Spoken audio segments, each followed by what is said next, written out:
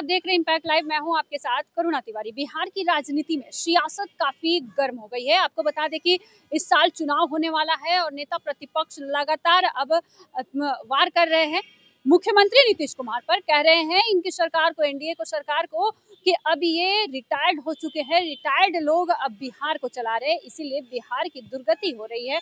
लोग प्रगति यात्रा पर नहीं, दुर्गति यात्रा पर हैं। एक तरफ वही बीपीएससी अभ्यर्थियों की बात करें तो बीपीएससी अभ्यर्थी लगातार आज महा आंदोलन करने का ऐलान कर दिए हैं।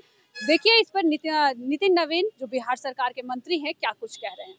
कि बिहार में सरकार अधिकारी चला रहे हैं, मुख्यमंत्री होश में नहीं है और यही कारण है कि उनके सभाओं में कोई जाने लगता है तो अधिकारी कहते हैं कि जो पावर है वो मुख्यमंत्री को है, आम आदमी को कुछ नहीं। देखिए, इस तरह के शब्दों का प्रयोग तेजस्वी यादव को अपनी सरकार के लिए, जब उनकी बचपन की सरकार थी, पिताजी चलाते थे और माताजी सामने दिखती थी और पिताजी पीछे से चलाते थे, तो ये खेल तो उन्होंने वर्षों देखा है, तो उनको वही खेल समझ में आता है। और शासन काल में किस प्रकार से अपमानित किया जाता था लोगों को, वो भी लोगों ने देखा है कि अपराधी अपराध करके और वहाँ बैठते थे और उनके इशारे पर अधिकारियों को गाली गलौज किया जाता था। ये तो सब कुछ नहीं देखा है, तो वो हमेशा अपराधियों की सरकार देखे हैं, एक सुशासन की सरकार तो उन्होंने देखा नहीं है। आज नीतीश कुमार की सरकार में जो चीजें हैं, वो कोई भी अगर घटनाएं घटती हैं तो तक कार्रवाई होता है और आप में उसको पनाह दिया जाता था। तो इस सरकार के अंतर का जो सुशासन और जंगल राज हम लोग बोलते हैं तो उनको बहुत चिढ़ बढ़ती है, लेकिन जंगल राज का मतलब क्या होता है? जहाँ अराजकता फैलाया जाए।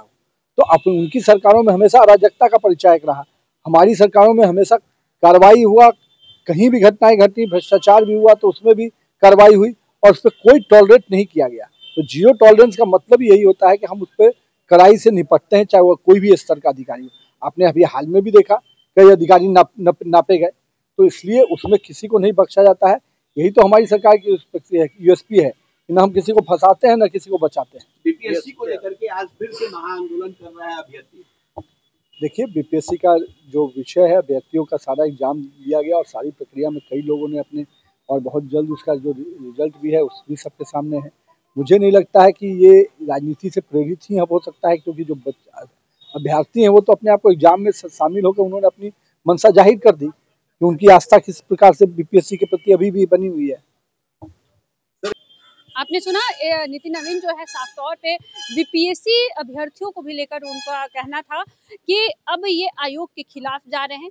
कहीं ना कहीं तेजस्वी यादव को भी लेकर उन्होंने टिप्पणी की और कहा क्या कुछ कहा आपने भी सुना। और देखिए इस साल 25 में चुनाव होने वाला है और इस चुनाव को लेकर अलटवार और पलटवार दोनों ही काफी तेजी से हो रही है। एक तरफ विजय कुमार सिन्हा तेजस्वी यादव पर आरोप लगाते हैं कि 2015 से 17 के बीच में 26,000 करोड़ का घोटाला किए हैं। इस खबर पे आपका क्या कुछ करना, अभी हमारे साथ साझा करें। देखते रहे इम्पैक्ट लाइव। सहयोगी राहुल के साथ मैं करुणा तिवारी, पटना।